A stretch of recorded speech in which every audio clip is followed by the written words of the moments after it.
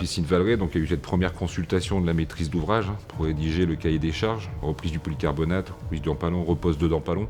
Ensuite viennent en fait les plans architecturaux sur lesquels on doit statuer, savoir quel système on peut mettre, quel est l'optimum en termes de performance énergétique, lumineuse, solaire. Le polycarbonate, il a été choisi effectivement pour ce matériau qui correspondait à tout ce dont on avait besoin. Il fallait que ce soit un matériau cintrable, pour qu'on puisse le cintrer sur cette voûte.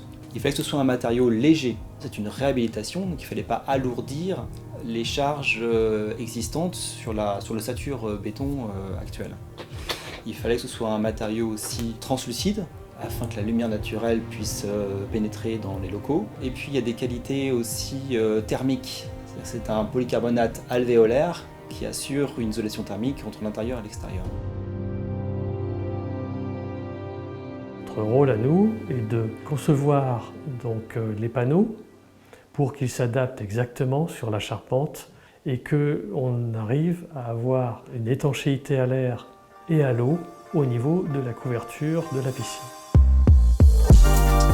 Les difficultés rencontrées sur ce chantier ont résidé dans le fait que la charpente existante avait 35 ans et inévitablement, en 35 ans, ça a travaillé. Donc il a fallu appréhender les différentes déformations qui avaient pu s'opérer et faire beaucoup de relevés pour avoir un état des lieux vraiment précis de l'existant aujourd'hui.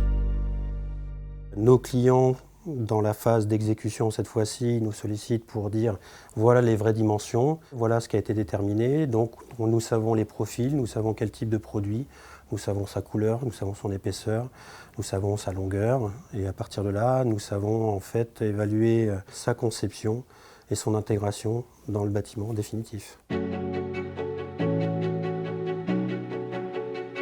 Tout ce qui sort d'ici en fait est calpiné, découpé à façon. Immanquablement, il y a un certain nombre de chutes et donc ces chutes sont évidemment, alors soit elles sont réutilisées pour éventuellement un autre client si la longueur est suffisante, soit elles sont triées, stockées dans des bacs pour être rebroyées et réinjectées dans un système de recyclage. On a de la fabrication sur mesure, il n'y a pas de chute sur site, sur des codes donc définitives. Donc il faut coordonner en fait tous les corps d'état, donc là notamment la charpente, puisqu'on s'appuie sur une charpente. Donc il faut que la charpente elle soit installée, mais rapidement après l'installation de la charpente, il faut que nous puissions livrer et que l'installateur puisse la poser, cette couverture-là. Donc on essaie de respecter au maximum la volonté architecturale du projet, tout en ayant cet optimum de matière, puisque l'idée aussi d'optimiser à la fois le bois, le Dampalon, de ne pas rajouter de la surconsommation de matière inutilement. Mon rôle, c'est d'accompagner les entreprises, de répondre à beaucoup de sujets techniques, mais en phase d'exécution. Là, ça devient du concret. Il y a toujours une petite surprise qui nous attend, mais qu'on peut surmonter assez rapidement si on est présent. Donc, et si on est organisé.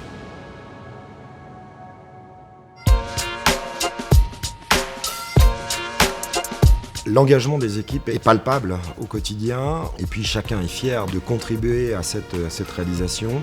C'est la matérialisation de beaucoup d'années d'efforts et beaucoup d'années de communication, donc il y a une effervescence à ce niveau-là. Un chantier, c'est toujours une aventure avec ses acteurs qui sont chacun différents, son histoire, et c'est vrai qu'il y a forcément des problèmes, toujours est-il qu'on reste dans les temps. C'est aussi ça la satisfaction client. Le fait aussi que le jour de la cérémonie d'ouverture, on sait qu'on aura fini la piscine Valeret. On aura également nos objets de seconde vie qui seront disponibles. Là, je pense que ce sera une grande victoire pour les Français.